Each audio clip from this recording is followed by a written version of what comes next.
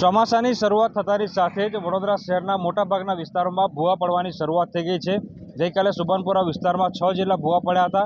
ત્યારબાદ સાંજના સમયે કારેલીબાગમાં ભૂવો પડ્યો અને અત્યારના દ્રશ્યો બતાવીશું કે આ નવા યાર્ડ વિસ્તાર છે અને નવા યાર્ડમાં આ જે રોડ છે તે બેસી ગયો છે। મેઇન રોડ છે, વાહન ચાલકોની ભારે અવરજવર અહીંયા હોય છે અને એ પણ દ્રશ્યો બતાવીશું કે વાહન ચાલકો કેવા રસ્તેથી પસાર થઈ રહ્યા છે। આ તમે દ્રશ્યો જોઈ રહ્યા છો કે વાહન ચાલકો અહીંયાથી પસાર થઈ રહ્યા છે અને મસ્ત મોટો ભૂવો જે છે તે નવા યાર્ડ વિસ્તારમાં પડી ગયો છે। ઉલ્લેખનીય બાબત છે કે નાગરિકો રજૂઆત કરીને થાકી ગયા છે, ત્યારે આ વડોદરા શહેરના નવા યાર્ડ વિસ્તારનો એક યુવક છે તે અનોખી રીતે પોતાનો વિરોધ જે છે તે નોંધાવી રહ્યો છે। લોકો એ હદે કંટાળી ગયા છે કે હવે રજૂઆત કરવાનું ટાળી રહ્યા છે અને પોતપોતાની રીતથી જે વિરોધ છે તે નોંધાવી રહ્યા છે। અહીંયા અનોખો વિરોધ એટલા માટે કહી શકાય કે અહીંયા એક 4 વ્હીલર કાર જે છે તે યુવક દ્વારા બનાવવામાં આવી છે અને કાર ઉપર મેયર અને સ્ટેન્ડિંગ કમિટીના ચેરમેન જે છે તેમનો ફોટો લગાડ્યો છે અને એ ફોટો લગાડ્યા બાદ એ જે કાર છે તેને અત્યારે ભૂવામાં જે છે તે પાડવામાં આવી છે। લોકો જે છે રજૂઆત કરીને થાક્યા, એના કારણે જ હવે લોકોએ સ્વેચ્છાએ વિરોધ કરવાનું શરૂ જે છે તે કર્યું છે અને આ વિરોધ જે છે અનોખો કહી શકાય કે નાગરિકો જે રીતે ખાડામાં પડી રહ્યા છે એ રીતે જો સત્તાધીશો ખાડામાં પડે તો તેમની કેવા પ્રકારની પરિસ્થિતિ થાય તે દાખલો બેસાડવા માટે આ જે યુવક છે તેના દ્વારા અહીંયા આજે 4 વ્હીલર કાર છે રમકડાની તેને ખાડામાં પાડીને જે તંત્ર છે તેને જગાડવાનો પ્રયત્ન કરાયો છે। ત્યારે તે યુવક સાથે જ વાત કરીશું।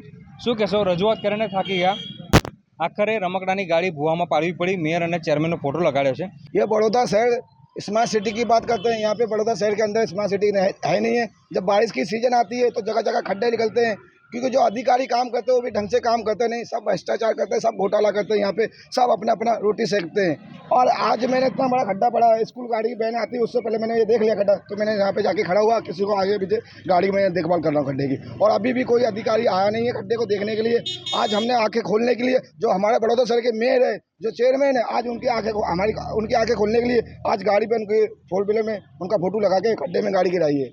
और मेरी मांग यही है, जो अधिकारी ये भ्रष्टाचार करते हैं ऐसे अधिकारी पे कार्रवाई होना चाहिए, सस्पेंड करना चाहिए, क्योंकि ये कुछ काम करते नहीं है। તંત્ર જે છે તે ઊંઘી રહ્યું છે, જેના કારણે નાગરિકો પરેશાન થઈ રહ્યા છે। ત્યારે આ તંત્રની જ આંખો ઉઘાડવા માટે આ જે યુવક છે તેના દ્વારા એક રમકડાની કાર છે તેના પર મેયર અને ચેરમેનનો ફોટો લગાડવામાં આવ્યો છે અને કાર જે છે તે ભૂવામાં પાડવામાં આવી છે અને ઊંઘતા તંત્રને જગાડવાનો પ્રયત્ન જે છે તે કરવામાં આવ્યો છે। આ વિસ્તારમાં મારો પોતાનો મત વિસ્તાર છે। મારા વિસ્તારમાં અમે 24/7 ફરતા હોઈએ।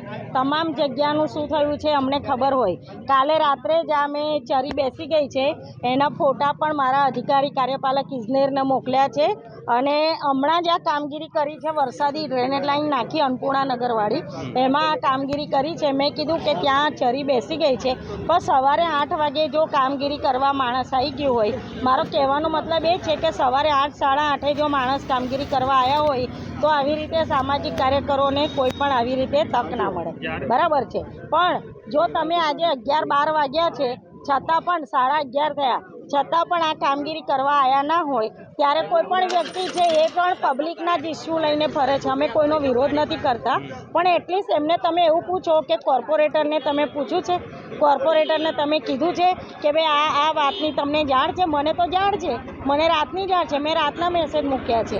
એટલે અધિકારીઓ ગાંઠતા નથી એ વાતમાં દમ એટલા માટે નથી કે અમને તો અધિકારીઓના માથે ઊભા રહીને કામ કરાવતા આવડે જ છે, પણ આ સવારે 8 વાગે આને કીધેલું કે સવારે 8 વાગે તમે જોઈ લો ખોદીને કે ભાઈ કેમ બેઠું છે, જો કંઈ નીચે પાણીનું ડ્રેનેજનું કોઈ લીકેજ ના હોય તો પૂરી દેજો, પણ એમણે 8 વાગ્યાથી અહીંયા માણસો નથી મૂક્યા, એના કારણે આવા સામાજિક કાર્યકરોને તક મળી છે। બેન, અવારનવાર જ્યારે આ કામગીરી થતી હોય છે, તમે સ્થાનિક કોર્પોરેટર છો તો તમારી ફરજમાં નથી આવતું કે એ દરમિયાન કામગીરી દરમિયાન અહીંયા રહી નિરીક્ષણ કરવું જોઈએ? આ જ્યારે કામગીરી અન્નપૂર્ણા નગર છે અમારા ત્યાં, એ અન્નપૂર્ણા નગરમાં કમર સમાણા પાણી ભરાતા હતા। આજે તમે ત્યાં જઈને પૂછી લો, આ વખતે કામગીરી અમે વરસાદી ગટરની કરી તો એ લોકોના ત્યાં પાણી નથી ભરાયા, પણ આ કામગીરી જ્યારે કરી ત્યારે પ્રોપર કામગીરી નથી કરી। અમે તો ધ્યાન રાખીએ છીએ, પણ લાખો રૂપિયા પગાર લેતા અધિકારીઓએ જો આ પ્રોપર કામગીરી કરાવડાવી હોય, સુપરવિઝન સારું કર્યું હોય તો આ પહેલાં જ વરસાદે સેજ વરસાદ વધારે 2-1 ઇંચ વરસાદ પડ્યો એમાં આ ચરી બેસી ગઈ। જો એમણે પ્રોપર કામગીરી કરી હોત તો આ ચરી ના બેસી જતી।